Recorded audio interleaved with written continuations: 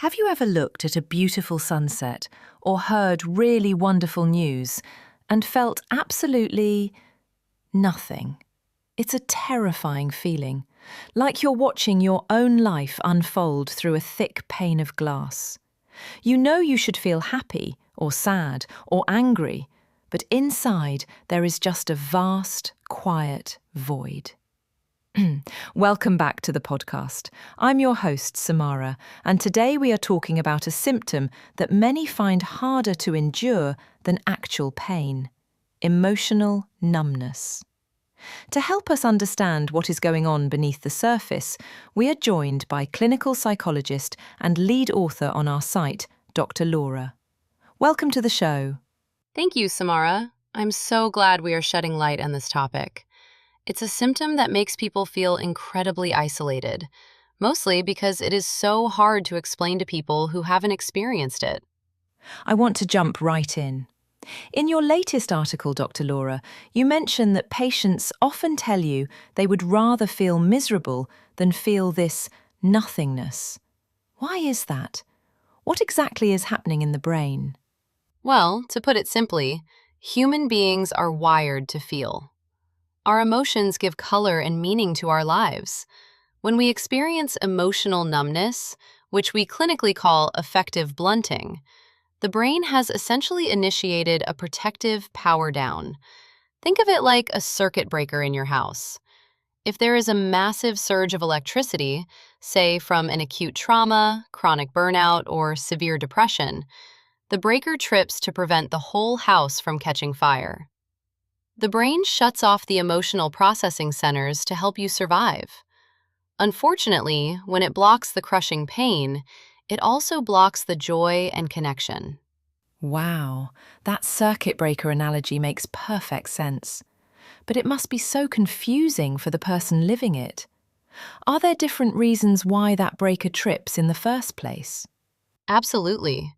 We frequently see it in PTSD, where the brain freezes to shield itself from trauma.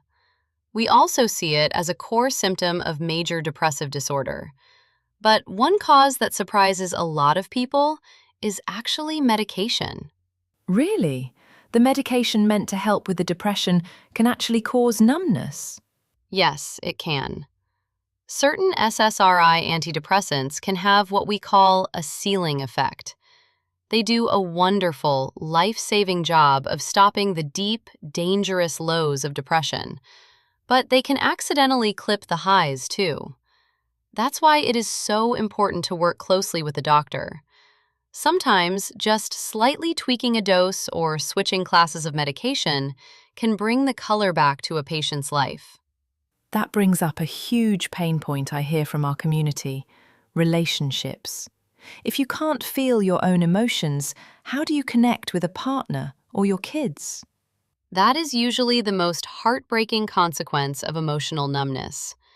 We connect with others through something called neural resonance, essentially vibrating on the same emotional frequency as someone else. When you are numb, that resonance is gone. You might feel like you are faking intimacy, which leads to immense guilt. My lack of reaction isn't a lack of love, it's a biological symptom. That kind of transparency can save a relationship from unnecessary resentment. So, Dr. Laura, for the listeners out there who feel like they've been stuck in this grey zone forever, is this permanent? How do we flip the circuit breaker back on? Let me be very clear. It is almost never permanent. Your brain isn't broken, it's just tripped. To fix it, we have to teach the nervous system that it is safe to feel again. We don't try to force feelings.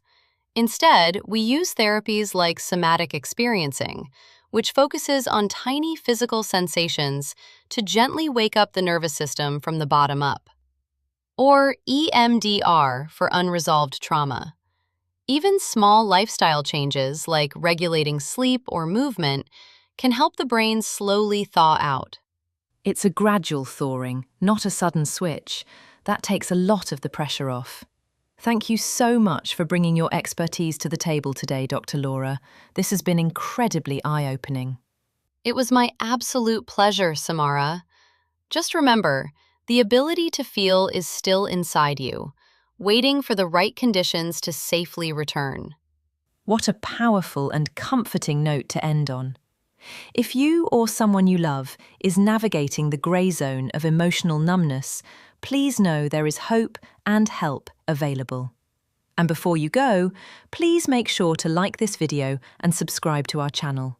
It really helps us grow the community and bring more expert mental health content straight to you. I'm Samara. Thank you so much for listening.